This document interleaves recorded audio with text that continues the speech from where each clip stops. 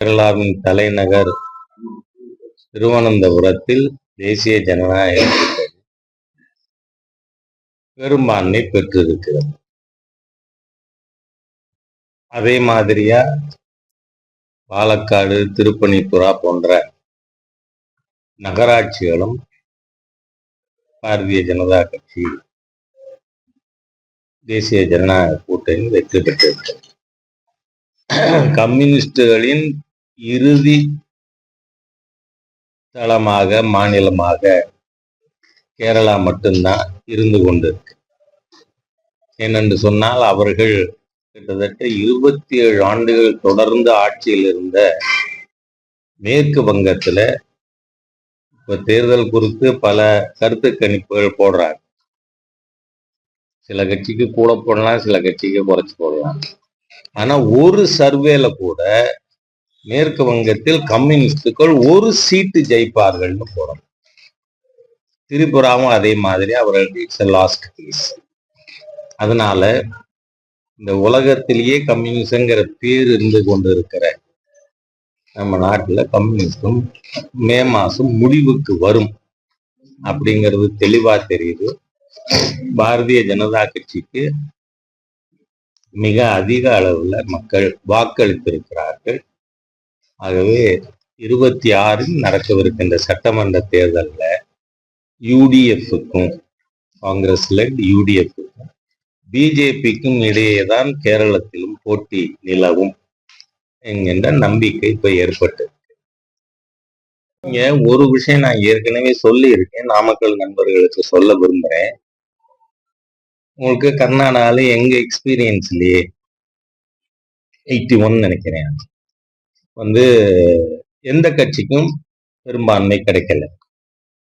திரு ராமகிருஷ்ண ஹெகடே அவர்களுடைய ஜனதா தள் எஸ், அது single largest party. அவர்கள் பிஜேபி 44 எம்எல்ஏ ஜெயிக்கும்.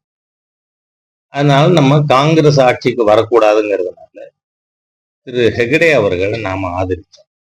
ஆனால் ஓராண்டு அவருக்கு நல்ல பேர் இருந்த உடனே அவர் என்ன பண்ணார், இப்ப பிஜேபி ஆதரவு இல்லாமலே நாம ஆட்சி அமைச்சா என்ன அப்படின்னு சட்டமன்றத்தை கலைச்சிட்டு மக்கள் கட்சிகளுக்கு இடையே கூட்டணி இல்லைன்னாலும் மக்கள் ராமகிருஷ்ண ஹெகடேக்கு ஆதரவு அளித்தார்கள்.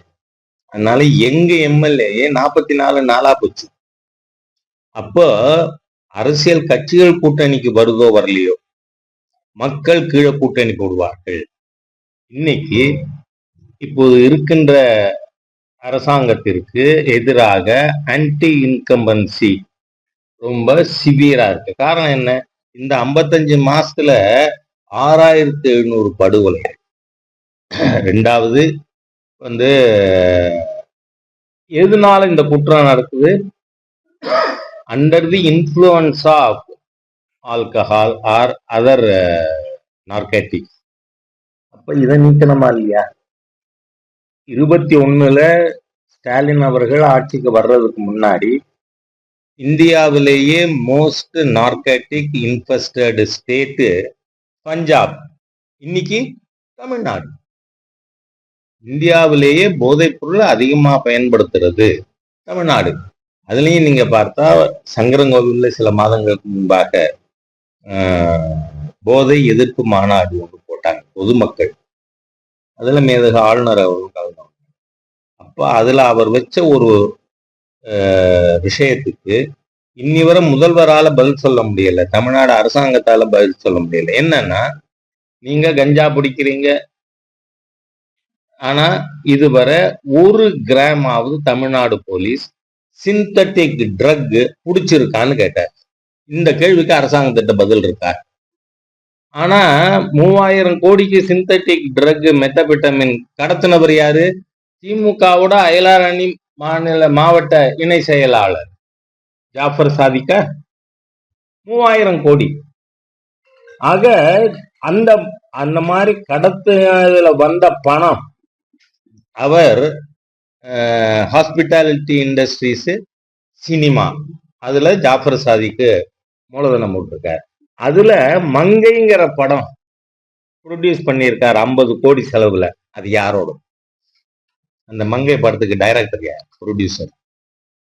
ஆக தமிழகத்தின் ஆளும் கட்சியின் முதல் குடும்பம் நார்காட்டிக் மணியை பயன்படுத்தி இருக்குன்னு ஏற்கனவே நார்காட்டிக் கண்ட்ரோல் பியூரோ குற்றம் சாட்டியிருக்கு. அதனால ஒரு மிக மோசமான ஆட்சி. அடுத்த தலைமுறை, இன்னைக்கு நீங்க இது கடத்துற பாயிண்ட் மாத்திரம் சொல்லலனா, எங்கெல்லாம் பொட்டலம் வைக்கிறாங்க, எல்லா சிபிஎஸ்இ ஸ்கூல்ஸ், எல்லா சென்ட்ரல் ஸ்கூல் வாசல்ல, அதாவது என்னன்னா தமிழகத்தின் அடுத்த தலைமுறை இன்டெலிஜென்சியாவை இப்பவே முடக்கி போடும் போதையில்.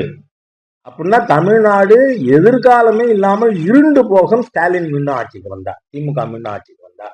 ஆகவே இந்த அடுத்த தலைமுறையை அழித்து கொண்டிருக்கின்ற ஒரு தீய அரசாங்கம், அது ஸ்டாலின் சொன்னா அது எம்.கே. ஸ்டாலின் எடுத்துக்கலாம், உதயநிதி ஸ்டாலின் எடுத்துக்கலாம், ரெண்டு ஒண்ணுதான்.